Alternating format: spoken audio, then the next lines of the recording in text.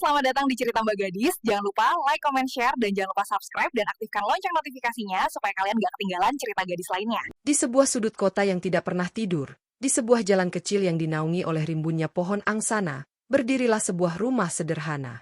Catnya berwarna krem pucat, dengan beberapa bagian yang mulai mengelupas dimakan waktu dan cuaca. Halamannya tidak luas, namun cukup untuk ditanami beberapa pot bunga mawar dan melati yang dirawat dengan baik, menebarkan wangi lembut setiap kali angin sore berhembus. Di rumah inilah Bima Adiwijaya dan istrinya, Rina, merajut kehidupan mereka. Bima adalah seorang pria yang penampilannya jauh dari kata mencolok. Tubuhnya tegap, kulitnya sawo matang khas pria yang tidak takut pada sengatan matahari, dan wajahnya selalu memancarkan ketenangan yang meneduhkan. Matanya yang dalam menyimpan kecerdasan dan pengamatan yang tajam, meski seringkali tersembunyi di balik senyum ramah yang tidak pernah lepas dari bibirnya.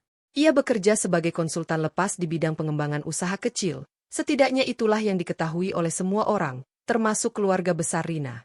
Pekerjaannya tidak memberinya kemewahan, namun cukup untuk hidup layak dan tanpa utang. Rina, sang istri, adalah cerminan kelembutan. Wajahnya ayu dengan senyum yang tulus, dan gerak-geriknya penuh dengan keanggunan alami. Ia seorang ibu rumah tangga yang menemukan kebahagiaan dalam hal-hal kecil, aroma kopi yang diseduhnya untuk Bima di pagi hari, mekarnya kuncup mawar baru di halaman, atau sekadar duduk di teras sore hari sambil bersandar di bahu suaminya.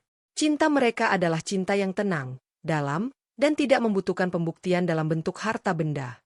Rumah kecil mereka, bagi mereka, adalah istana terindah di dunia. Suatu siang yang terik, ketenangan mereka sedikit terusik oleh suara deru motor sport yang berhenti tepat di depan gerbang mereka yang rendah. Seorang kurir berseragam necis turun, membawa sebuah kotak pipih yang terbungkus kertas emas. Rina yang sedang menyiram tanaman di halaman, menghampirinya dengan sedikit rasa heran.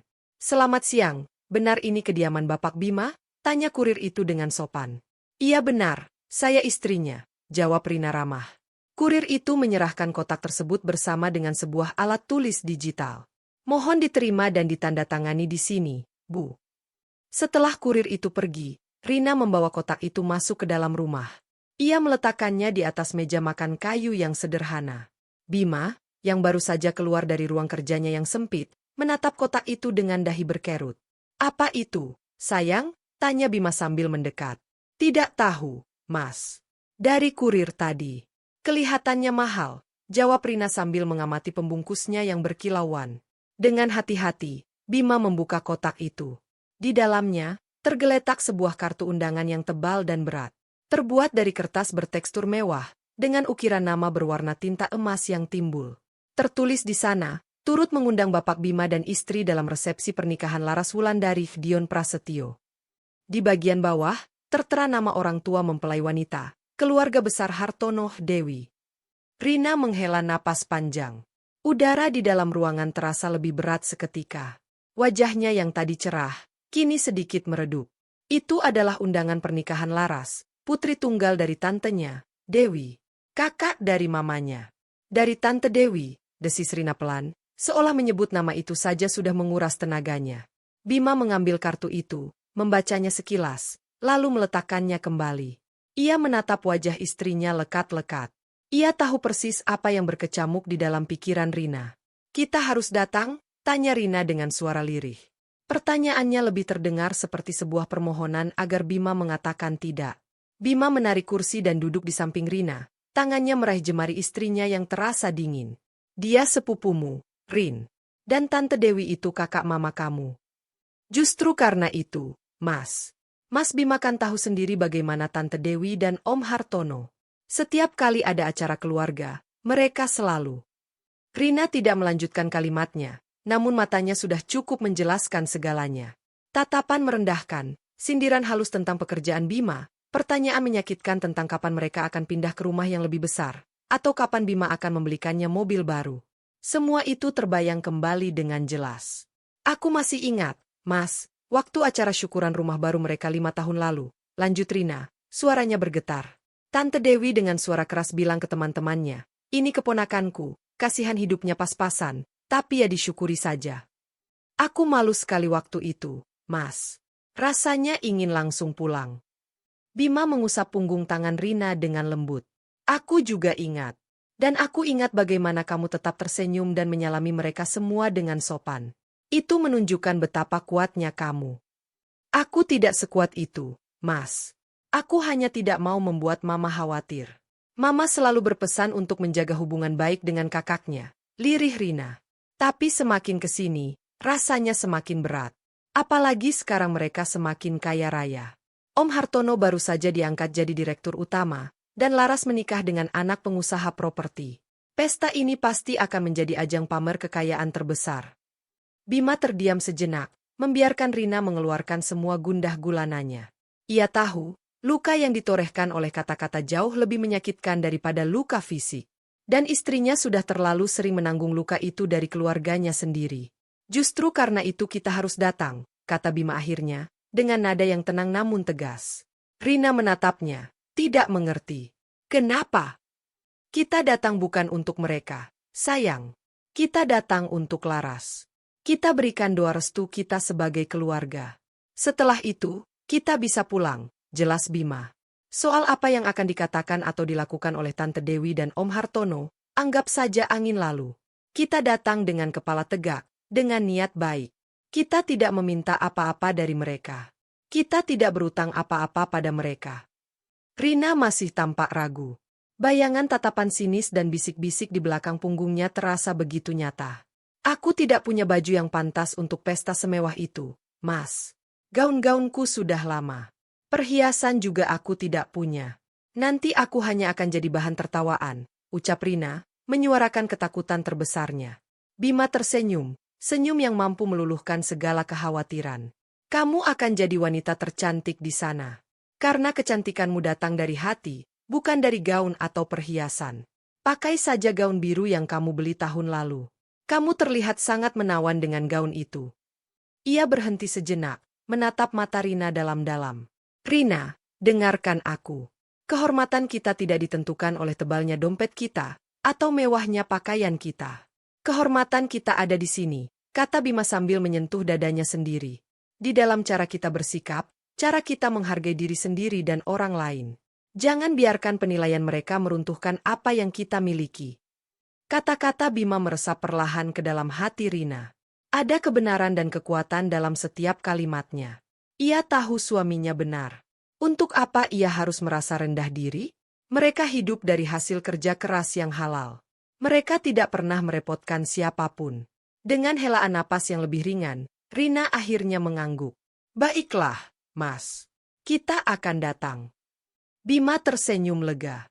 Begitu dong istriku. Hari resepsi pun tiba. Langit sore memerah saga saat Bima dan Rina berangkat dari rumah mereka. Mereka menaiki mobil sedan keluaran akhir tahun 90-an, satu-satunya kendaraan roda 4 yang mereka miliki. Catnya masih mengkilap karena rajin dirawat oleh Bima, namun modelnya yang kuno sangat kontras dengan mobil-mobil keluaran terbaru yang berseliweran di jalan raya ibu kota. Rina duduk di samping Bima, jemarinya saling bertaut di pangkuan. Gaun birunya terasa nyaman di badan, dan riasan tipis di wajahnya tidak mampu menyembunyikan sisa-sisa kegugupan di matanya. Kamu cantik sekali malam ini, puji Bima tulus, mencoba mencairkan ketegangan. Rina tersenyum tipis. Terima kasih, Mas.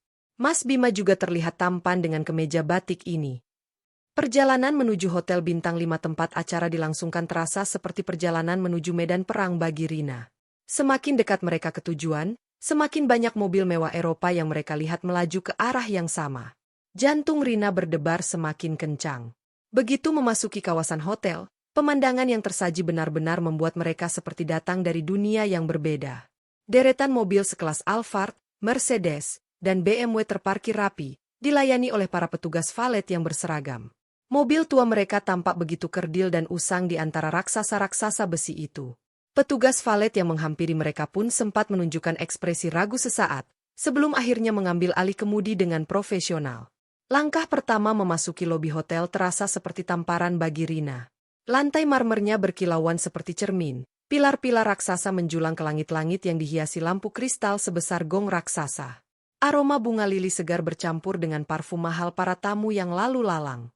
Alunan musik dari sebuah kuartet gesek mengalun lembut, menambah kesan agung dan eksklusif. Semua orang tampak sempurna dalam balutan gaun malam desainer dan setelan jas mahal. Rina tanpa sadar merapatkan dirinya ke sisi Bima. Tangannya yang dingin langsung digenggam erat oleh suaminya.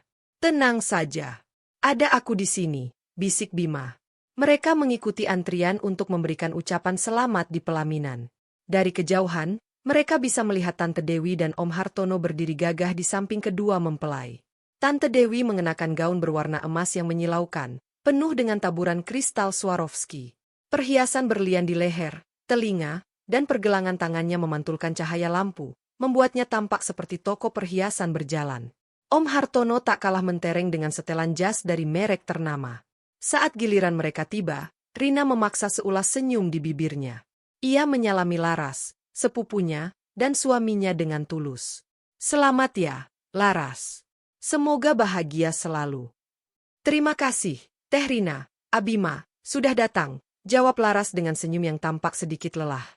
Namun, suasana langsung berubah saat mereka berhadapan dengan Tante Dewi. Senyum Tante Dewi yang tadi merekah lebar untuk tamu sebelumnya, langsung sedikit menipis saat melihat mereka. Oh, Rina, Bima, akhirnya kalian datang juga, sapanya dengan nada yang terdengar manis namun penuh kepalsuan. Matanya memindai penampilan mereka dari atas ke bawah dengan cepat, sebuah pemindaian yang terasa menghakimi. Tante kira kalian sibuk, maklum, perjalanan dari pinggiran ke pusat kota kan jauh dan macet. Kata, pinggiran, itu diucapkan dengan penekanan yang jelas, sebuah sindiran halus yang langsung menusuk hati Rina.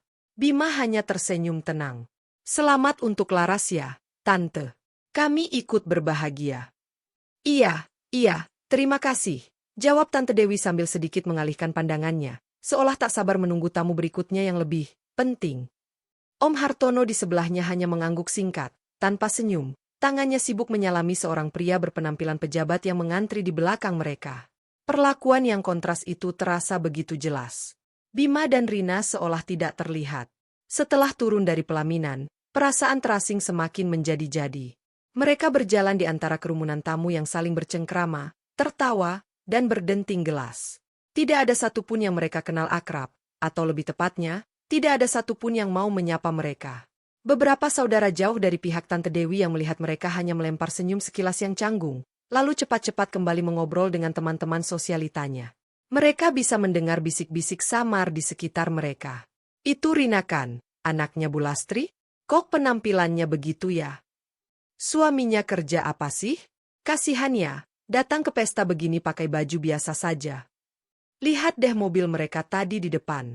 Masih ada yang mobil kayak gitu zaman sekarang. Setiap bisikan terasa seperti jarum kecil yang menusuk kulit Rina. Ia menundukkan kepalanya, berharap bisa menghilang dari tempat itu. Sudah, jangan didengarkan, kata Bima, suaranya tetap tenang. Ia menuntun Rina menuju sebuah meja bundar yang terletak di sudut paling belakang ruangan, dekat dengan area keluar masuk para pramusaji. Itu adalah satu-satunya meja yang masih kosong. Mereka duduk dalam diam untuk beberapa saat. Dari posisi mereka bisa melihat kemegahan pesta itu secara keseluruhan. Panggung yang megah, hiasan bunga impor yang melimpah, dan lautan manusia berkelas yang sibuk memamerkan status mereka. Mas, kita pulang saja ya, pinta Rina dengan suara memohon. Matanya sudah berkaca-kaca. Aku tidak tahan di sini. Sebentar lagi, sayang. Setidaknya kita makan dulu sedikit, untuk menghargai yang punya acara, jawab Bima sabar. Setelah itu, kita langsung pulang, aku janji. Bima berdiri. Tunggu di sini. Aku ambilkan makanan untukmu.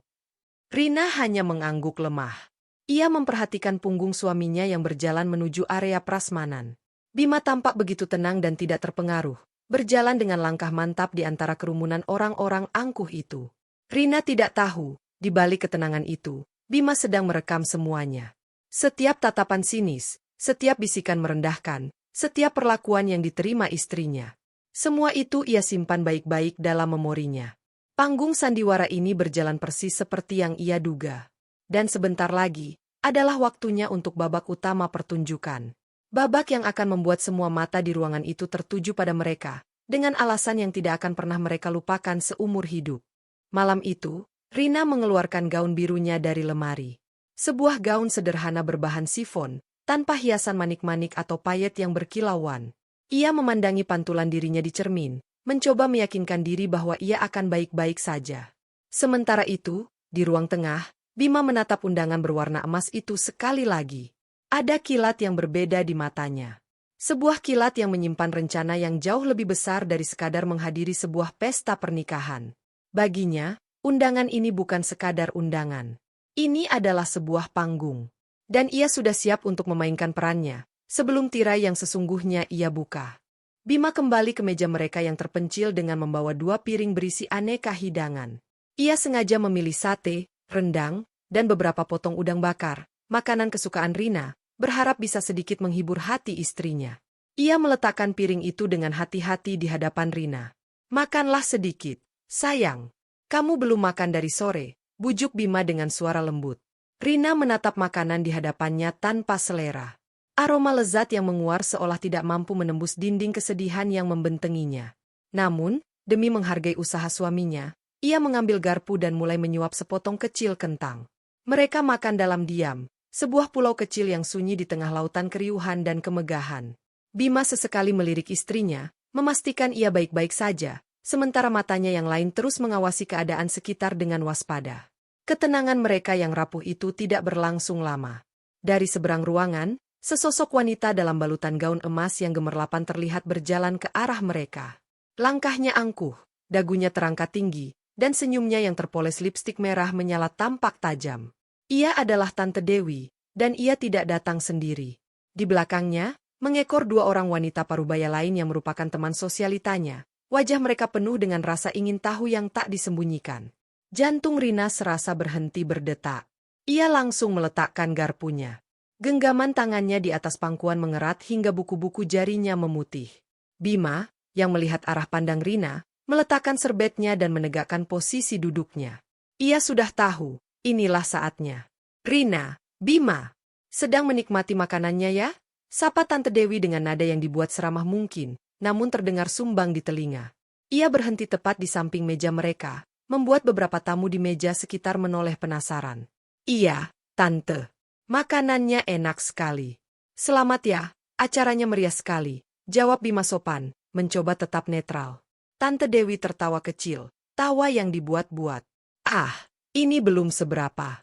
Dion, suami Laras, inginnya mengadakan di Singapura, tapi Tante pikir di sini saja, biar semua keluarga bisa datang." Ia berhenti sejenak, matanya menatap Rina dengan sorot merendahkan yang familiar. "Termasuk kalian." Kedua teman di belakangnya tersenyum simpul, seolah mengerti arah pembicaraan ini. Rina hanya bisa menunduk, tidak berani menatap mata tantenya yang tajam. "Begini, Rina," lanjut Tante Dewi, nadanya berubah menjadi lebih memerintah. "Daripada kamu hanya duduk melamun di pojokan begini, lebih baik kamu bantu-bantu sedikit. Lihat itu di dapur, sepertinya piring-piring kotor mulai menumpuk. Kasihan kan para pelayan kewalahan." Dunia Rina seakan runtuh.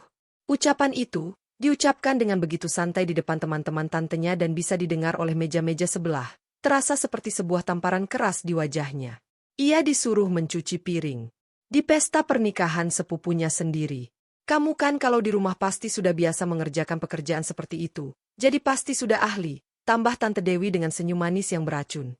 "Anggap saja bantu-bantu Tante ya, sayang. Ayo, ke dapur sana." Wajah Rina memerah padam. Panas, dingin, dan perih bercampur menjadi satu. Napasnya terasa sesak, dan matanya mulai panas digenangi air mata yang berusaha keras ia tahan. Ia ingin menjawab, ingin berteriak, tapi lidahnya keluh. Belum cukup sampai di situ, Tante Dewi kini mengalihkan perhatiannya pada Bima, yang sejak tadi hanya dia mengamati dengan wajah yang tidak terbaca. "Dan kamu, Bima," katanya sambil menunjuk ke sebuah nampan besar berisi gelas-gelas kotor yang diletakkan seorang pramusaji di meja saji tak jauh dari mereka. "Badanmu kan tegap dan masih muda. Jangan cuma duduk saja, tidak enak dilihat tamu-tamu penting. Tolong antarkan nampan berisi makanan ini ke meja tamu VIP di depan sana." Ia menunjuk sebuah nampan lain berisi aneka kue yang sudah disiapkan. "Itu meja Bapak Jenderal dan para pejabat. Ayo, gerak cepat." Penghinaan itu kini menjadi lengkap. Istrinya disuruh mencuci piring, dan dirinya disuruh menjadi pelayan pengantar makanan. Di mata Tante Dewi, mereka tidak lebih dari sekadar pembantu gratisan. Bima tidak bergerak. Ia hanya menatap Tante Dewi dengan tatapan yang dingin dan menusuk. Tatapan yang belum pernah Rina lihat sebelumnya. Tante Dewi yang merasa diabaikan, menjadi sedikit kesal. Ia menaikkan volume suaranya, memastikan lebih banyak orang yang mendengar. "Kenapa diam saja? Ayo lakukan." Kalian ini datang ke sini memangnya niatnya apa? Pasti cuma mau numpang makan gratis, kan? Makanya, setidaknya jadilah berguna sedikit. Itu adalah puncaknya. Tuduhan final yang meremukan sisa-sisa harga diri Rina. Satu tetes air mata akhirnya jatuh, membasahi pipinya. Isakan kecil yang coba ia tahan akhirnya lolos dari bibirnya. Melihat air mata istrinya, topeng ketenangan Bima retak. Bukan dengan amarah yang meledak-ledak, melainkan dengan aura dingin yang membuat udara di sekitar mereka terasa membeku. Ia berdiri perlahan. Gerakannya tidak terburu-buru, namun penuh dengan bobot yang mengintimidasi. Ia menatap lurus ke mata Tante Dewi. Tatapannya begitu tajam hingga membuat wanita angkuh itu tanpa sadar mundur selangkah. Kedua temannya pun berhenti tersenyum. "Sudah cukup, Tante," ucap Bima. Suaranya rendah, nyaris seperti bisikan, namun terdengar lebih menggelegar daripada teriakan di tengah keheningan yang tiba-tiba tercipta di sudut ruangan itu. Tanpa berkata apa-apa lagi, Bima meletakkan beberapa lembar uang ratusan ribu di atas meja, jauh lebih banyak dari harga makanan yang mereka sentuh. Kemudian, ia memutar tubuhnya, merangkul bahu Rina yang bergetar hebat, dan menuntunnya pergi dari sana. Mereka berjalan melewati Tante Dewi dan teman-temannya yang mematung. Mereka berjalan melewati meja-meja tamu yang menatap mereka dengan berbagai ekspresi, kaget, kasihan, dan beberapa bahkan tampak puas. Bima berjalan dengan kepala tegak, punggungnya lurus, menjadi perisai bagi istrinya yang menunduk menyembunyikan tangisnya. Setiap langkah mereka menjauh dari meja itu terasa seperti sebuah pernyataan. Pernyataan bahwa permainan ini sudah selesai. Setidaknya, untuk babak pertama. Bima menuntun Rina keluar dari ballroom utama yang penuh sesak dengan kemunafikan. Ia tidak membawa Rina ke lobi yang ramai, melainkan menyusuri sebuah koridor sepi yang menuju ke taman belakang hotel. Udara malam yang sejuk langsung menyambut mereka, sedikit meredakan rasa panas di wajah Rina. Di sana, di bawah cahaya temaram lampu taman dan di antara pot-pot palem yang tinggi, Bima akhirnya berhenti. Ia membalikkan tubuh Rina menghadapnya. Isak tangis yang sejak tadi ditahan kini pecah sepenuhnya. Rina terisak hebat, menyembunyikan wajahnya di dada bidang suaminya. Tubuhnya berguncang, meluapkan semua rasa sakit, malu, dan kecewa yang menyesakkan dadanya. "Sudah, sayang, sudah keluarkan saja semuanya," bisik Bima sambil mengusap punggung Rina dengan lembut.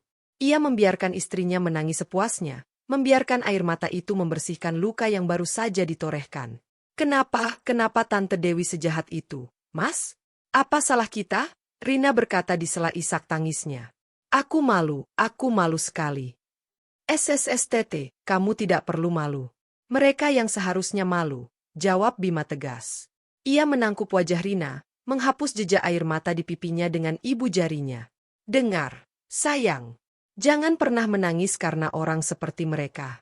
Air matamu terlalu berharga untuk mereka." Rina menggeleng.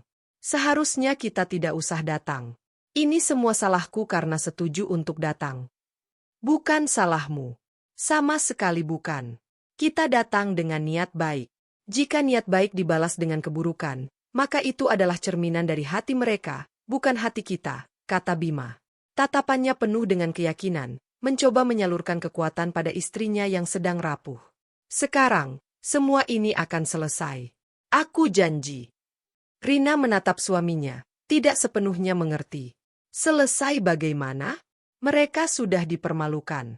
Rasanya tidak ada yang bisa memperbaiki itu. Bima memberikan senyum tipis yang menenangkan. "Tunggu di sini sebentar. Jangan kemana-mana." Ia kemudian berjalan menjauh beberapa langkah, membelakangi Rina, dan mengeluarkan ponselnya. Rina memperhatikannya dari bangku taman tempat ia duduk. Ia melihat postur tubuh suaminya berubah. Punggungnya yang tadi sedikit membungkuk untuk menenangkannya, kini berdiri tegak lurus. Auranya berubah total. Ia bukan lagi terlihat seperti Bima, konsultan sederhana suaminya. Ia terlihat seperti seorang komandan yang hendak memberikan perintah perang. Rina hanya bisa melihat gerak bibir suaminya dari kejauhan, tapi ia tidak bisa mendengar suaranya dengan jelas. "Adrian," kata Bima dengan suara rendah dan tajam, penuh otoritas. "Jemput kami sekarang di Hotel Imperial. Lobi utama." Ia berhenti sejenak, mendengarkan jawaban dari seberang. "Bawa rombongan lengkap."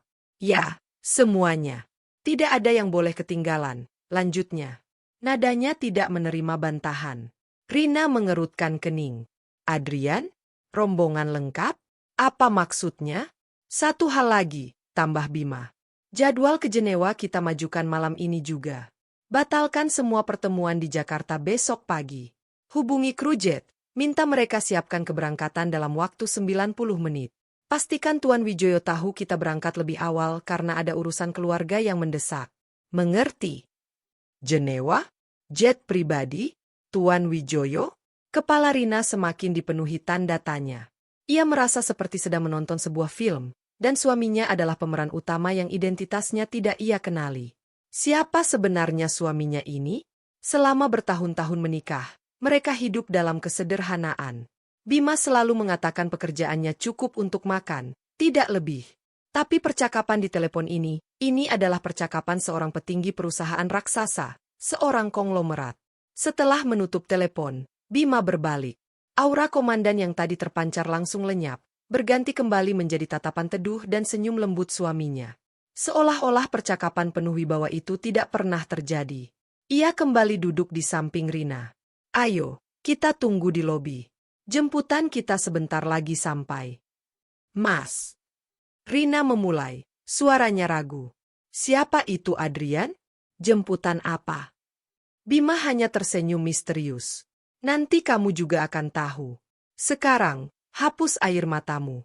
Tegakkan kepalamu. Kita akan keluar dari sini dengan cara yang tidak akan pernah mereka lupakan. Ada sesuatu dalam nada bicara Bima yang membuat Rina, meskipun masih bingung, merasa sedikit lebih tenang. Ia percaya pada suaminya. Ia selalu percaya padanya. Dengan sisa-sisa tenaga yang ia miliki, Rina menghapus air matanya, menarik napas dalam-dalam, dan berdiri. Bima menggandeng tangannya erat. Siap. Rina mengangguk.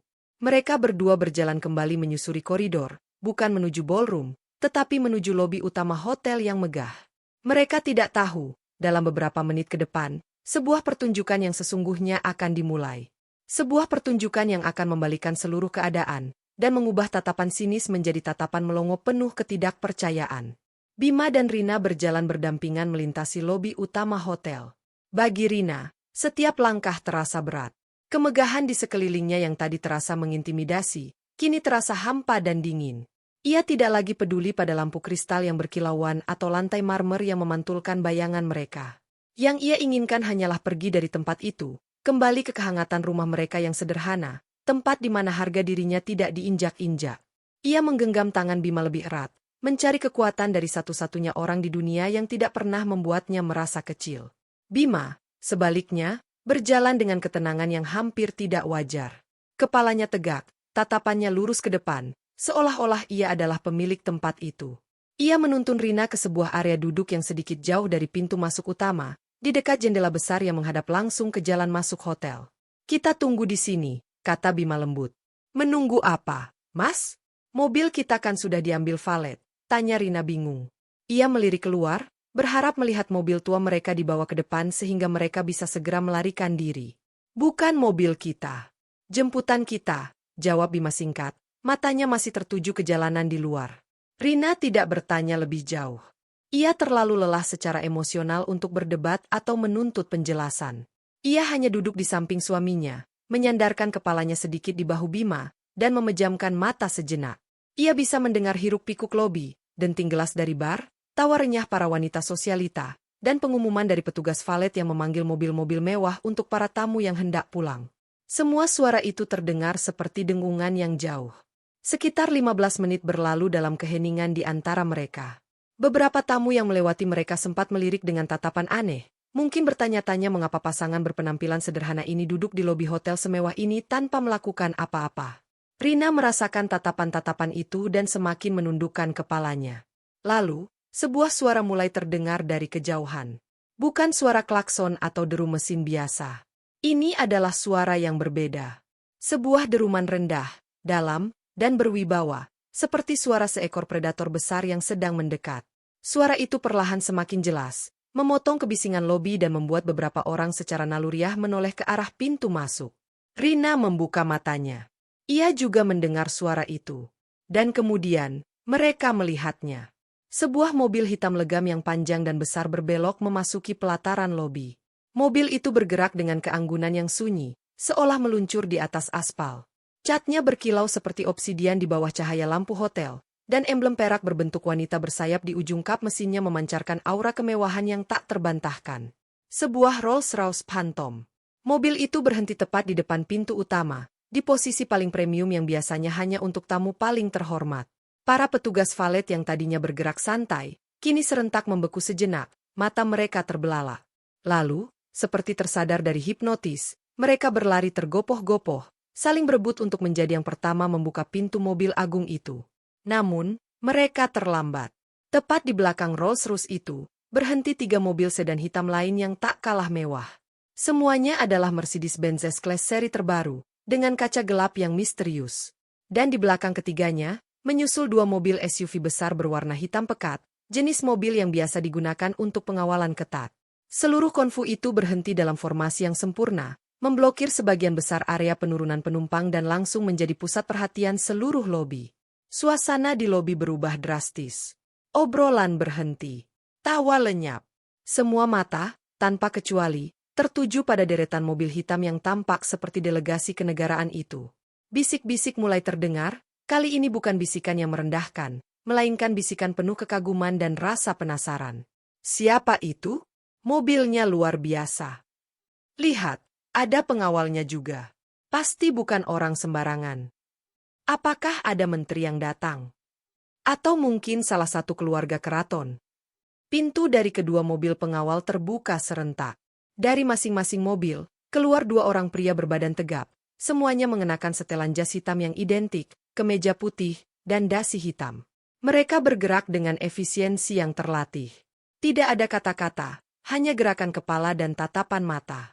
2 orang langsung berjaga di dekat Rolls-Royce, sementara 2 lainnya menyebar, mengamati lobi dengan tatapan tajam dan waspada dari balik kacamata hitam mereka, meskipun hari sudah malam. Kehadiran mereka yang dingin dan profesional membuat para tamu yang penasaran menjaga jarak. Kemudian, pintu belakang Rolls-Royce itu terbuka dari dalam. Semua orang menahan napas, menunggu untuk melihat siapa gerangan tokoh penting yang ada di dalamnya. Dari balik pintu Rolls-Royce yang terbuka, sesosok pria muda melangkah keluar. Usianya mungkin akhir 20-an, berpenampilan sangat rapi dalam setelan jas Italia berwarna biru gelap yang pas di badan. Rambutnya disisir klimis ke belakang, dan wajahnya yang tampan memancarkan ekspresi serius dan fokus. Ia bukan salah satu dari para pengawal, ia adalah pusat komando dari operasi ini. Dialah Adrian. Manajer hotel yang melihat kedatangan tamu super penting ini langsung berlari kecil dari balik mejanya, merapikan dasinya dan memasang senyum terbaiknya. Selamat malam, Tuan. Selamat datang di Hotel Imperial. Ada yang bisa kami bantu? Sapanya dengan nada penuh hormat. Adrian bahkan tidak menoleh. Ia mengabaikan manajer hotel itu seolah-olah pria itu hanyalah bagian dari dekorasi ruangan. Matanya yang tajam langsung memindai seluruh lobi, melewati wajah-wajah para pengusaha kaya, pejabat, dan sosialita yang menatapnya dengan penuh harap, seolah berharap ialah yang dicari. Tatapannya dingin, efisien, dan penuh tujuan. Rina, dari tempat duduknya, memperhatikan semua drama itu dengan jantung berdebar. Ia tidak mengerti apa yang terjadi, tapi ia merasakan ada sesuatu yang besar akan terungkap. Ia melirik Bima di sampingnya. Suaminya masih tenang, namun kini ada seulas senyum tipis yang misterius di bibirnya. Pencarian Adrian tidak berlangsung lama. Matanya yang tajam akhirnya berhenti di sudut lobi, di tempat Bima dan Rina duduk. Untuk sesaat, ekspresi serius di wajah Adrian sedikit melunak. Ia menemukan targetnya. Tanpa ragu, Adrian mulai berjalan melintasi lobi. Langkahnya mantap dan berwibawa, suara sol sepatunya yang mahal beradu dengan lantai marmer menciptakan irama yang tegas. Ia berjalan lurus ke arah pasangan yang berpenampilan paling sederhana di seluruh ruangan itu. Kerumunan orang yang tadinya menghalangi jalannya, kini secara refleks menyingkir, memberinya jalan. Mereka semua menatap dengan bingung. Mengapa pria penting ini berjalan ke arah pasangan itu? Apa yang terjadi? Rina melihat Adrian semakin dekat. Ia menelan ludah. Tangannya tanpa sadar mencengkeram lengan ke meja Bima. Mas, dia ke sini, bisiknya panik. Bima hanya menepuk punggung tangan Rina dengan menenangkan. Adrian akhirnya berhenti tepat di depan mereka. Semua orang di lobi menahan napas. Mereka mengharapkan sebuah konfrontasi, atau mungkin sebuah kesalahan. Namun, apa yang terjadi selanjutnya membuat rahang semua orang jatuh ke lantai. Adrian, Pria muda berwibawa yang datang dengan rombongan mobil mewah dan pengawal pribadi itu, membungkukkan badannya dalam-dalam di hadapan Bima dan Rina. Sebuah bungkukan penuh hormat, bungkukan seorang bawahan kepada atasannya yang paling tinggi. "Selamat malam, Tuan Bima." "Selamat malam, Nyonya Rina," kata Adrian dengan suara yang jelas dan tenang, namun cukup keras untuk didengar oleh orang-orang di sekitarnya. "Maaf membuat Anda menunggu. Semuanya sudah siap sesuai instruksi." Hening. Lobi yang tadinya penuh bisikan kini senyap seketika. Manajer hotel yang tadi diabaikan mematung dengan mulut sedikit terbuka. Para tamu yang tadi menatap sinis kini menatap dengan mata terbelalak penuh ketidakpercayaan. "Tuan Bima? Nyonya Rina? Mereka?" Bima tersenyum tipis dan mengangguk. "Kerja bagus, Adrian." Ia kemudian berdiri, dan dengan lembut membantu Rina untuk berdiri di sampingnya. Rina masih tampak syok, wajahnya pucat pasi. Matanya berpindah-pindah dari Adrian ke Bima, mencoba memproses realitas yang mustahil ini. "Jet pribadi Anda siap berangkat ke Jenewa dalam 70 menit, Tuan," lanjut Adrian, menambahkan satu lagi bom informasi yang membuat keheningan semakin pekat. "Rombongan Tuan Wijoyo sudah menunggu di bandara." Jet pribadi. Jenewa. Nama-nama itu berdengung di telinga semua orang. Ini bukan sekadar orang kaya. Ini adalah level kekayaan yang berbeda, level global. Tiba-tiba, di tengah keheningan itu, terdengar suara langkah kaki terburu-buru dari arah ballroom. Tante Dewi dan Om Hartono, yang mungkin mendengar keributan di lobi, keluar untuk melihat apa yang terjadi. Mereka melihat rombongan mobil mewah itu dan wajah mereka langsung berseri-seri, mengira ada tamu penting lain yang datang ke pesta mereka. "Wah, siapa ini yang dah?" Kalimat Om Hartono terputus. Matanya terpaku pada pemandangan di depannya. Adrian yang membungkuk. Dan Bima serta Rina yang berdiri di hadapannya. Wajah Tante Dewi berubah dari rasa penasaran menjadi kebingungan, lalu perlahan-lahan berubah menjadi pucat pasi saat otaknya mulai menghubungkan titik-titik. Bima tidak mempedulikan mereka. Ia menggandeng tangan Rina yang masih gemetar. "Ayo, kita pulang." Saat Bima mulai melangkah, para pengawal berjas hitam langsung bergerak serempak. Mereka membentuk formasi, 2 di depan dan 2 di belakang, menciptakan sebuah koridor manusia yang steril. Mereka berjalan melewati kerumunan tamu yang membeku, yang kini menatap Bima dengan campuran rasa takut, kagum, dan penyesalan yang mendalam. Langkah mereka membawa mereka melewati tempat Tante Dewi dan Om Hartono berdiri mematung. Bima berhenti sejenak, tepat di hadapan mereka. Ia tidak berkata apa-apa. Ia hanya menatap lurus ke mata Tante Dewi. Tatapan yang sama dinginnya seperti saat di meja makan tadi. Namun kini tatapan itu memiliki bobot kekuasaan yang tak terhingga. Dalam tatapan itu, Tante Dewi melihat segalanya, penghinaan yang ia lontarkan, kesombongannya, dan kebodohannya yang fatal. Wajah Tante Dewi menjadi seputih kertas. Lututnya terasa lemas. Ia ingin mengatakan sesuatu, permintaan maaf, atau apapun, tapi suaranya tersangkut di tenggorokan. Bima kemudian mengalihkan pandangannya, seolah Tante Dewi tidak lebih berharga dari sebutir debu. Ia melanjutkan langkahnya, menuntun Rina menuju pintu Rolls-Royce yang sudah terbuka lebar, dipegang oleh Adrian. Setelah Bima dan Rina masuk, Adrian menutup pintu mobil itu dengan gerakan halus yang nyaris tanpa suara. Ia kemudian masuk ke kursi penumpang depan. Konvoi mobil mewah itu pun mulai bergerak, meluncur pergi dengan keanggunan yang sama seperti saat mereka datang, meninggalkan lobi hotel yang kini meledak dalam lautan bisik-bisik dan spekulasi. Di belakang, di ambang pintu lobi, Tante Dewi masih berdiri mematung. Tatapannya kosong, tertuju pada lampu belakang Rolls-Royce yang semakin menjauh. Dunianya, yang dibangun di atas kesombongan dan status, baru saja hancur berkeping-keping. Dan ia menghancurkannya dengan tangannya sendiri. Kepergian konvoi mobil hitam itu meninggalkan lubang keheningan yang pekat di lobi hotel.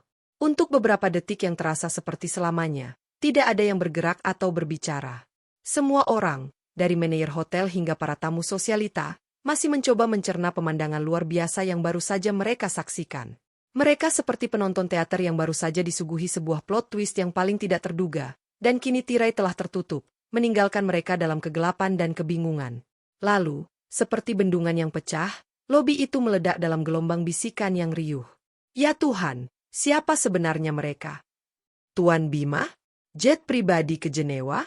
Aku tidak salah dengar, kan?" Pria tadi memanggilnya, "Tuan." Lihat cara para pengawal itu bergerak. Itu bukan sandiwara. Di tengah kerumunan, Tante Dewi dan Om Hartono masih berdiri mematung seperti dua pilar garam. Wajah Tante Dewi yang tadi pucat pasi kini mulai diwarnai bercak-bercak merah karena panik. Napasnya tersengal-sengal.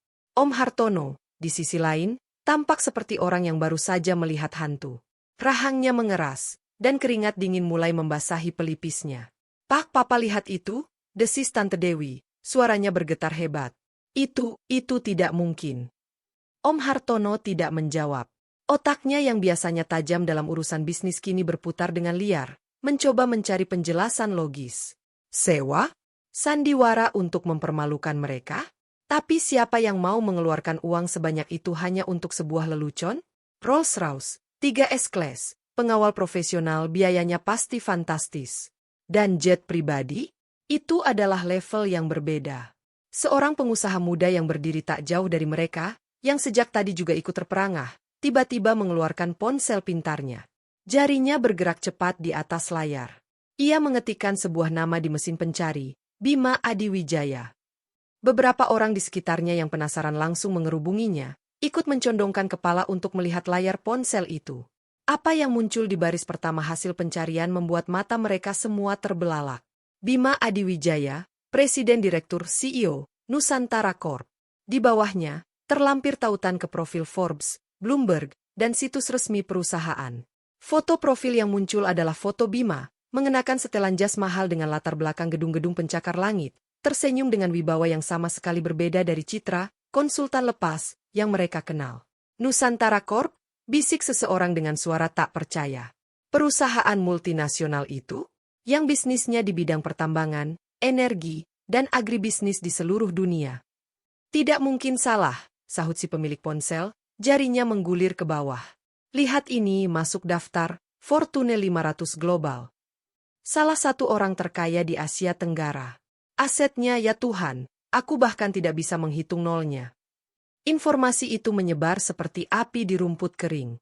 Dari satu ponsel ke ponsel lain, dari satu mulut ke mulut lain.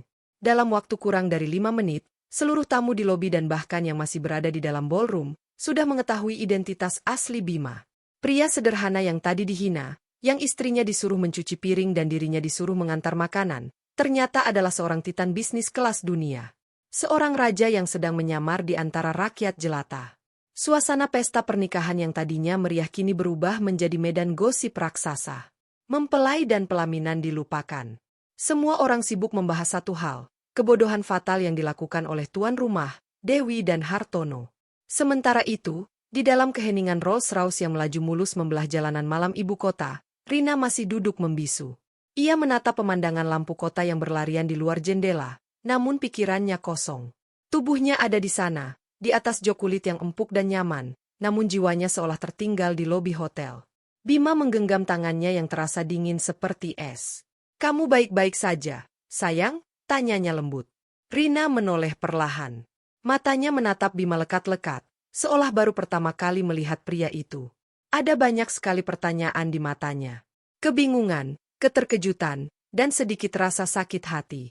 "Siapa kamu, Mas?" bisik Rina. Suaranya nyaris tak terdengar. "Siapa kamu sebenarnya?" Bima menghela napas panjang. Ia tahu momen ini akan datang. "Aku tetap suamimu, Rin. Bima yang sama yang membuatkanmu kopi setiap pagi dan menemanimu merawat mawar di halaman."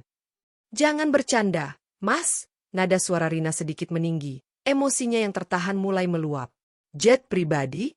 Jenewa? Tuan Wijoyo? Nusantara Corp? Apa itu semua?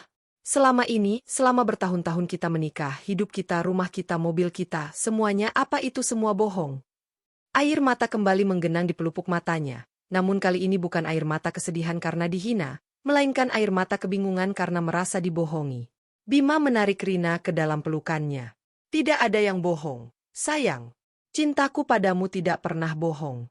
Kebahagiaan kita di rumah kecil itu, semuanya nyata. Itu adalah bagian paling nyata dalam hidupku." Ia melepaskan pelukannya dan menatap mata istrinya dalam-dalam. "Dengarkan aku akan jelaskan semuanya. Ya, aku adalah Bima Adiwijaya, CEO Nusantara Corp. Itu adalah warisan dari kakekku. Sejak aku mengambil alih perusahaan beberapa tahun lalu, hidupku berubah. Dikelilingi oleh orang-orang yang mendekat hanya karena uang dan kekuasaan. Tidak ada yang tulus. Ia berhenti sejenak, mengingat kembali masa-masa sulitnya. Lalu aku bertemu denganmu. Kamu berbeda, Rin. Kamu mencintaiku apa adanya. Kamu mencintai Bima, si konsultan lepas dengan mobil tua, bukan Bima Adiwijaya sang miliarder. Aku takut kehilangan itu. Aku takut jika kamu tahu siapa aku sebenarnya, semua ketulusan itu akan berubah. Jadi Mas sengaja menyembunyikannya dariku, tanya Rina lirih. Bima mengangguk pelan. Awalnya, iya. Aku ingin membangun fondasi pernikahan kita di atas cinta yang murni, bukan di atas kekayaan. Rumah sederhana kita, itu adalah tempat perlindunganku. Satu-satunya tempat di mana aku bisa menjadi diriku sendiri, bukan seorang CEO. Tapi seiring berjalannya waktu, aku juga melihat bagaimana keluargamu, terutama Tante Dewi, memperlakukanmu karena mereka pikir kita miskin. Hatiku sakit setiap kali melihatmu menahan tangis karena hinaan mereka. Wajah Bima mengeras. Undangan pernikahan ini adalah puncaknya. Aku tahu ini akan terjadi. Aku sengaja membiarkannya. Aku ingin kamu melihat dengan mata kepalamu sendiri siapa mereka sebenarnya. Dan aku ingin mereka mendapatkan pelajaran yang tidak akan pernah mereka lupakan. Rina terdiam, mencerna setiap kata yang diucapkan suaminya. Semuanya mulai masuk akal. Ketenangan Bima yang luar biasa, kesabarannya menghadapi setiap hinaan, dan puncaknya, panggilan telepon misterius itu. Ternyata semua adalah bagian dari sebuah rencana besar. Jadi, semua ini sudah Mas rencanakan. Aku tidak merencanakan penghinaan itu, sayang. Aku hanya memprediksinya. Dan aku menyiapkan jalan keluar yang paling efektif, jawab Bima. Aku tidak akan pernah membiarkan siapapun menginjak-injak harga diri istriku. Tidak akan pernah. Rina menatap suaminya. Pria yang selama ini ia kenal sebagai sosok yang sabar dan sederhana, ternyata memiliki sisi lain yang begitu kuat, berkuasa, dan protektif. Ia merasa seperti baru saja membuka sebuah kotak harta karun dan menemukan berlian terbesar di dunia di dalamnya. Ia tidak tahu harus merasa apa. Marah karena dibohongi, atau terharu karena dilindungi dengan cara yang begitu luar biasa. Ia akhirnya menyandarkan kepalanya di bahu Bima, membiarkan kehangatan tubuh suaminya menenangkannya. Tabir itu telah terbuka. Hidupnya tidak akan pernah sama lagi. Tapi satu hal yang pasti, pria di sampingnya ini, terlepas dari semua identitas dan kekayaannya, adalah pria yang sama yang ia cintai dengan segenap hatinya. Pesta pernikahan yang seharusnya menjadi malam terindah bagi Laras dan Dion, berubah menjadi sebuah bencana sosial. Setelah kepergian Bima dan Rina yang dramatis, suasana menjadi canggung dan penuh bisik-bisik. Pusat perhatian bukan lagi kedua mempelai yang tersenyum kaku di pelaminan, melainkan Tante Dewi dan Om Hartono yang tampak seperti dua terdakwa di pengadilan. Banyak tamu yang pulang lebih awal, membawa serta gosip terpanas abad ini untuk disebarkan ke lingkaran sosial mereka masing-masing. Mereka yang bertahan pun berkumpul dalam kelompok-kelompok kecil, terus-menerus membicarakan insiden tersebut dengan seru, sesekali melirik ke arah tuan rumah dengan tatapan mencemooh. Perjalanan pulang bagi Tante Dewi dan Om Hartono adalah sebuah neraka sunyi. Mereka duduk di kursi belakang mobil mewah mereka, dipisahkan oleh jurang keheningan yang tegang. Sopir pribadi mereka bisa merasakan aura gelap dari kedua majikannya melalui kaca spion. Begitu tiba di rumah megah mereka dan pintu tertutup di belakang mereka, badai itu pecah. Ini semua gara-gara kamu, M.A., bentak Om Hartono, melempar jas mahalnya ke atas sofa dengan kasar. Mulutmu itu. Kenapa harus menghina mereka di depan umum? Kenapa? Kenapa Papa menyalahkan aku? Balas Tante Dewi, suaranya melengking karena stres. Mana aku tahu kalau si Bima itu ternyata begitu. Selama ini kan mereka memang kelihatannya seperti gembel. Papa juga ikut diam saja, bahkan lebih parah, Papa tidak mau menyalami dia. Aku diam karena aku sibuk dengan tamu-tamu penting. Bukan menghina seperti kamu, sergah Om Hartono. Wajahnya merah padam karena amarah dan kepanikan. Kamu sadar tidak apa yang sudah kamu lakukan? Proposal proyek resort di Mandalika yang sedang aku ajukan itu, investor utamanya adalah salah satu anak perusahaan Nusantara Corp. Habis. Tamat riwayatku. Tante Dewi terkesiap. Ia baru tahu soal itu. Lututnya terasa lemas dan ia terduduk di sofa. Nusantara Corp. Iya, Nusantara Corp. Om Hartono mondar-mandir seperti singa dalam kandang. Bodoh. Bodoh. Kita sudah menghina pemiliknya. Bukan hanya ditolak, perusahaan kita bisa-bisa dihancurkan olehnya. Malam itu, mereka tidak bisa tidur. Ponsel mereka tidak berhenti berdering dan bergetar. Bukan panggilan ucapan selamat, melainkan panggilan dari sanak saudara yang meminta konfirmasi, mencerca, atau bahkan menertawakan mereka. Di grup WhatsApp, keluarga besar almarhum Prawoto, badai digital sedang mengamuk. Sepupu jauh satu, seriusan si Bima suaminya Rina itu bos Nusantara Corp? Ada yang punya fotonya waktu di hotel tadi. Tante dari pihak lain, aku lihat sendiri. Gila, rombongannya kayak mau jemput presiden. Sepupu jauh dua, pantesan si Dewi sama Hartono mukanya kayak kertas lecek. Malu banget pasti, hahaha. Om dari pihak lain, bukan cuma malu. Ini bencana. Hartono bisa bangkrut. Sepupu jauh satu, makanya jadi orang jangan sombong. Sekarang kena batunya kan. Tante Dewi membaca setiap pesan itu dengan tangan gemetar. Ia merasa telanjang, dikuliti di depan semua orang. Reputasinya yang ia bangun bertahun-tahun sebagai sosialita terpandang hancur lebur dalam satu malam. Keesokan paginya, keadaan semakin buruk. Berita tentang insiden pesta pernikahan sudah menyebar lebih luas. Beberapa portal berita gosip bahkan sudah mulai menulis artikel samar-samar tentang konglomerat yang menyamar dan dipermalukan di pesta kerabatnya. Dengan putus asa, Tante Dewi mencoba menelepon adiknya, Ibu Lastri, mamanya Rina. Ia berharap bisa meminta adiknya itu untuk menjadi jembatan perdamaian.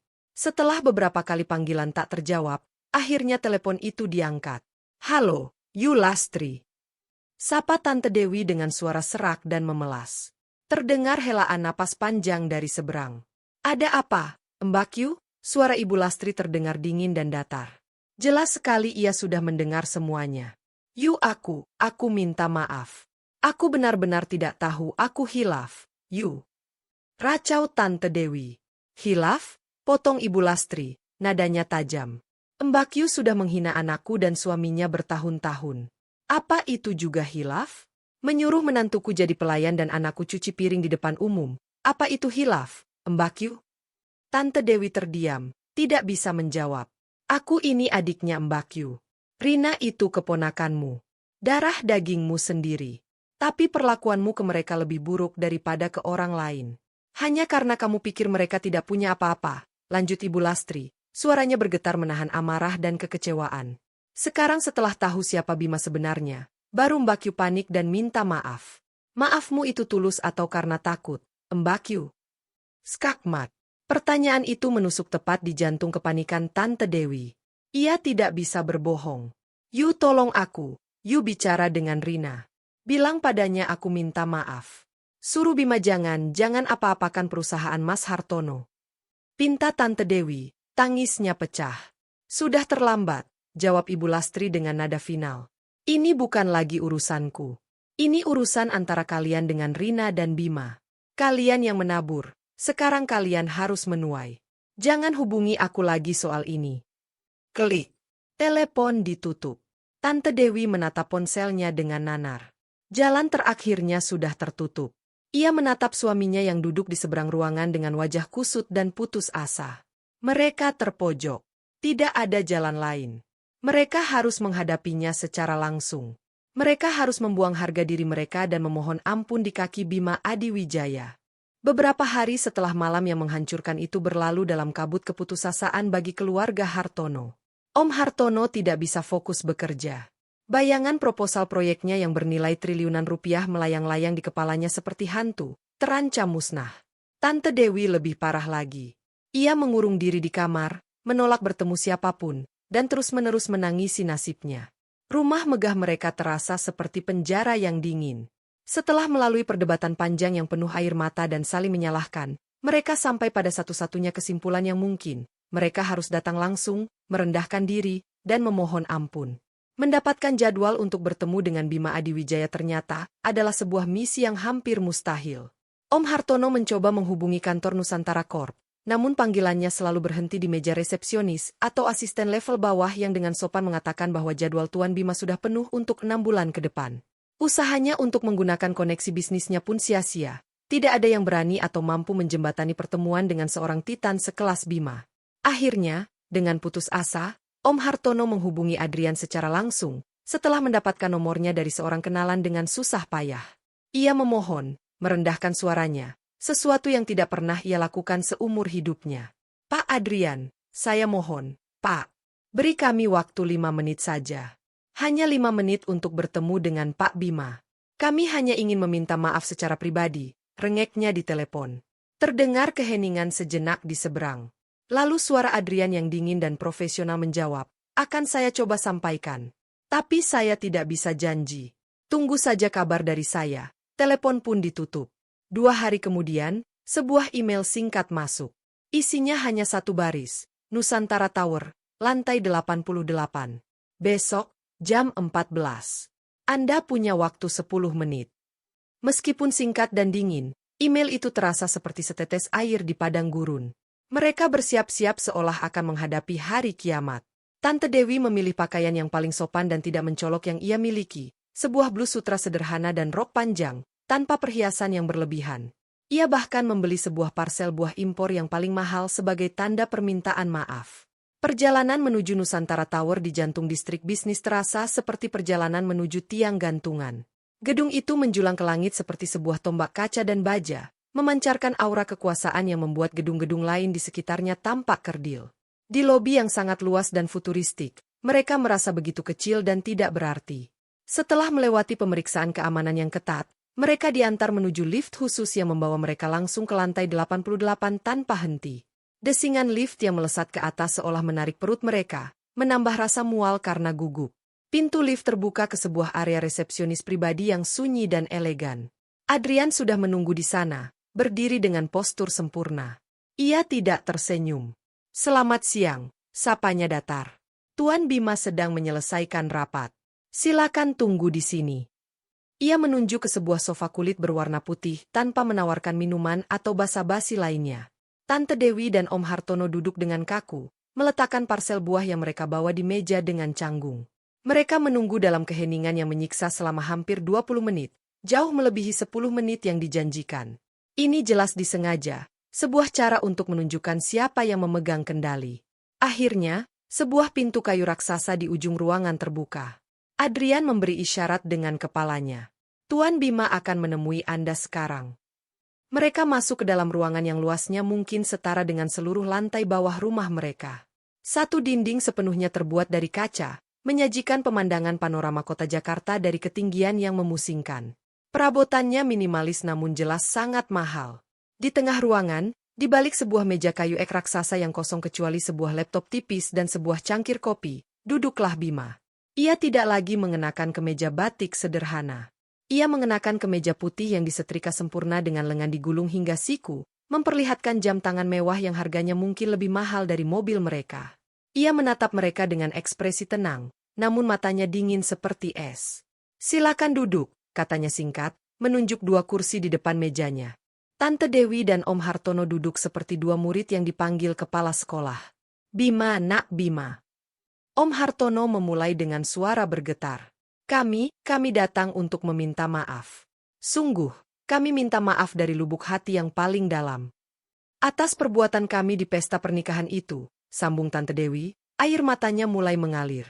Saya benar-benar hilaf. Nak, mulut saya tidak berpikir panjang. Saya mohon, maafkan Tante. Mereka terus meracau, mengucapkan rentetan permintaan maaf, penyesalan, dan janji tidak akan mengulanginya lagi. Bima hanya diam mendengarkan, tanpa ekspresi, membiarkan mereka mengeluarkan semua pembelaan diri mereka hingga selesai. Parsel buah yang mereka bawa sama sekali tidak ia lirik. Setelah mereka kehabisan kata-kata dan hanya isak tangis Tante Dewi yang tersisa, Bima akhirnya bersandar di kursinya. Ia mengambil sebuah map tebal berwarna biru dari laci mejanya. Di sampulnya tertulis nama perusahaan Om Hartono. Jantung Om Hartono berdebar kencang. Itu proposalnya. Bima membuka map itu, membolak-balik isinya sekilas dengan tatapan datar. Lalu, ia menatap lurus ke arah Om Hartono. Proposal yang bagus, kata Bima pelan. Ambisius, terperinci. Tim Anda bekerja keras untuk ini. Om Hartono merasakan sedikit harapan. Terima kasih, Pak Bima. Bima tidak membiarkannya melanjutkan. Ia menutup map itu. Tapi kerjasama bisnis, Om, Tante. Lanjutnya, nadanya berubah menjadi dingin. Dibangun di atas fondasi kepercayaan dan rasa saling menghormati. Bukan hanya di atas kertas dan angka. Ia berdiri, membawa map itu bersamanya. Ia berjalan ke sisi ruangannya, di mana terdapat sebuah mesin penghancur kertas berukuran besar yang biasanya hanya ada di kantor-kantor kedutaan. Anda tidak menghormati istri saya, kata Bima sambil menatap mereka. Suaranya tetap tenang namun setiap katanya terasa seperti sabetan pedang. Anda menginjak-injak harga dirinya di depan banyak orang. Bagi saya, itu artinya Anda tidak menghormati saya. Mata Om Hartono terbelalak ngeri saat ia melihat apa yang akan dilakukan Bima. Jangan, Bima. Jangan. Terlambat. Dengan gerakan yang tenang dan tanpa ragu, Bima memasukkan map tebal itu ke dalam mulut mesin penghancur kertas. Suara mesin yang menderu dan merobek-robek ratusan lembar kertas kerja keras tim Om Hartono menjadi serpihan-serpihan kecil, terdengar seperti suara retaknya tulang punggung perusahaan dan masa depan mereka. Bima kembali ke mejanya seolah tidak terjadi apa-apa. Pintu kerjasama antara perusahaan kita sudah tertutup. Selamanya. Ia kemudian menekan sebuah tombol di intercom mejanya. Adrian, tolong antar Om Hartono dan Tante Dewi keluar. Tante Dewi pingsan di kursinya. Om Hartono terduduk lemas, menatap nanar pada serpihan proposalnya yang menyembul dari mesin penghancur. Pelajaran itu telah diberikan. Dan harganya sangat mahal. 1 bulan telah berlalu sejak insiden di Nusantara Tower. Badai di keluarga besar perlahan mereda, berganti menjadi sebuah kenyataan baru yang canggung. Nama Tante Dewi dan Om Hartono jarang disebut lagi. Mereka seolah menjadi hantu dalam silsilah keluarga, sebuah contoh nyata dari kejatuhan akibat kesombongan. Perusahaan Om Hartono goyah hebat setelah kehilangan proyek Mandalika dan beberapa investor lain yang ikut menarik diri setelah mendengar reputasinya hancur. Sementara itu, di belahan dunia lain, kehidupan Bima dan Rina telah menemukan ritme barunya. Mereka tidak kembali ke rumah kecil di pinggiran kota. Rumah itu, yang penuh dengan kenangan indah, kini mereka jadikan rumah singgah untuk keluarga jauh yang membutuhkan tempat tinggal sementara di Jakarta. Kediaman mereka yang sesungguhnya adalah sebuah properti yang tersembunyi di kawasan perbukitan yang sejuk, jauh dari hiruk-pikuk kota. Sebuah rumah modern dengan desain tropis, dikelilingi taman yang luas dan rimbun. Tidak semegah istana Tante Dewi yang penuh pilar dan ornamen emas, tetapi jauh lebih elegan, hangat, dan menyatu dengan alam. Disinilah dunia Bima yang sebenarnya. Rina telah beradaptasi dengan luar biasa. Keterkejutan awalnya telah berganti menjadi pemahaman dan penerimaan. Ia tidak lagi canggung atau merasa rendah diri. Ia belajar dengan cepat, mendampingi Bima dalam beberapa acara bisnis, bertemu dengan para pemimpin dunia, dan menjadi nyonya rumah yang anggun bagi tamu-tamu penting mereka. Namun, ia tidak pernah kehilangan kelembutan dan ketulusan hatinya. Ia memperlakukan para staf di rumah mereka dengan hormat dan kebaikan, sesuatu yang membuat mereka semua sangat menyayanginya. Suatu sore, Rina sedang duduk di teras belakang, menatap hamparan taman yang mengingatkannya pada halaman kecil mereka yang dulu, ketika Bima datang membawakan 2 cangkir teh hangat. Melamun, tanya Bima sambil duduk di sampingnya dan merangkul bahunya. Rina tersenyum dan menyandarkan kepalanya. Hanya teringat. Rasanya seperti mimpi. Dulu, di teras rumah kita yang sempit, aku sering khawatir tentang bagaimana cara membayar cicilan bulan depan. Sekarang, aku duduk di sini. Dan kamu tetap Rina yang sama, potong Bima. Rina yang aku cintai. Tidak ada yang berubah. Ada yang berubah, Mas, kata Rina sambil menegakkan tubuhnya dan menatap suaminya. Aku jadi lebih kuat. Aku tidak lagi takut pada penilaian orang lain. Bima tersenyum bangga. Itu karena kekuatan itu memang sudah ada di dalam dirimu sejak dulu. Sayang, kamu hanya butuh sedikit dorongan untuk menyadarinya. Mereka terdiam sejenak, menikmati kebersamaan mereka. Mas, kata Rina kemudian. Aku dengar dari Mama, keadaan Om Hartono dan Tante Dewi semakin sulit. Apa kita tidak keterlaluan? Bima menatap istrinya lekat-lekat. Ia tahu, hati Rina yang lembut pasti merasa tidak tega. Aku sudah memikirkan itu, jawab Bima. Ia lalu memberikan sebuah map dokumen pada Rina. Coba kamu baca ini. Rina membuka map itu. Di dalamnya ada akta pendirian sebuah yayasan. Yayasan Keluarga Adiwijaya Prawoto. Aku mendirikan sebuah yayasan atas nama keluarga besar kita, jelas Bima. Yayasan ini akan menyediakan beasiswa pendidikan untuk anak-anak di keluarga kita yang berprestasi tapi kurang mampu, bantuan kesehatan untuk anggota keluarga yang sakit, dan modal usaha untuk mereka yang ingin memulai bisnis kecil. Mata Rina berkaca-kaca karena terharu. Mas, ini mulia sekali. Tapi, lanjut Bima dengan nada tegas. Ada satu klausul penting di dalamnya. Rina membaca lebih teliti, dan ia menemukannya.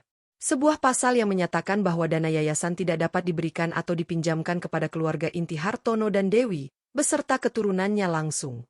Pintu maaf secara pribadi mungkin suatu hari bisa terbuka, Rin. Sebagai manusia, kita harus bisa memaafkan, kata Bima. Tapi pintu untuk kembali dekat, untuk memanfaatkan, dan untuk mengulang kesalahan yang sama, sudah aku tutup rapat-rapat. Ini bukan balas dendam. Ini adalah konsekuensi. Mereka harus belajar membangun kembali hidup mereka dari nol, dengan usaha mereka sendiri, bukan dengan mengandalkan atau menghina orang lain. Rina menutup map itu. Ia mengerti sekarang. Ini adalah cara suaminya menyelesaikan masalah. Tegas, adil, dan memikirkan gambaran yang lebih besar. Ia tidak menghancurkan mereka sepenuhnya, tapi ia menarik garis batas yang sangat jelas. Ia memaafkan, tetapi ia tidak melupakan pelajaran yang ada. Rina memeluk suaminya erat. Terima kasih, Mas. Terima kasih untuk segalanya. Di sore yang tenang itu, di teras rumah mereka yang damai, mereka menemukan kebahagiaan yang sesungguhnya. Bukan dari deretan mobil mewah di garasi atau angka-angka di rekening bank. Kebahagiaan mereka datang dari rasa saling menghormati, dari cinta yang telah teruji, dan dari hati yang akhirnya lapang setelah menutup sebuah babak yang menyakitkan, untuk membuka lembaran baru yang jauh lebih indah dan penuh dengan kedamaian sejati.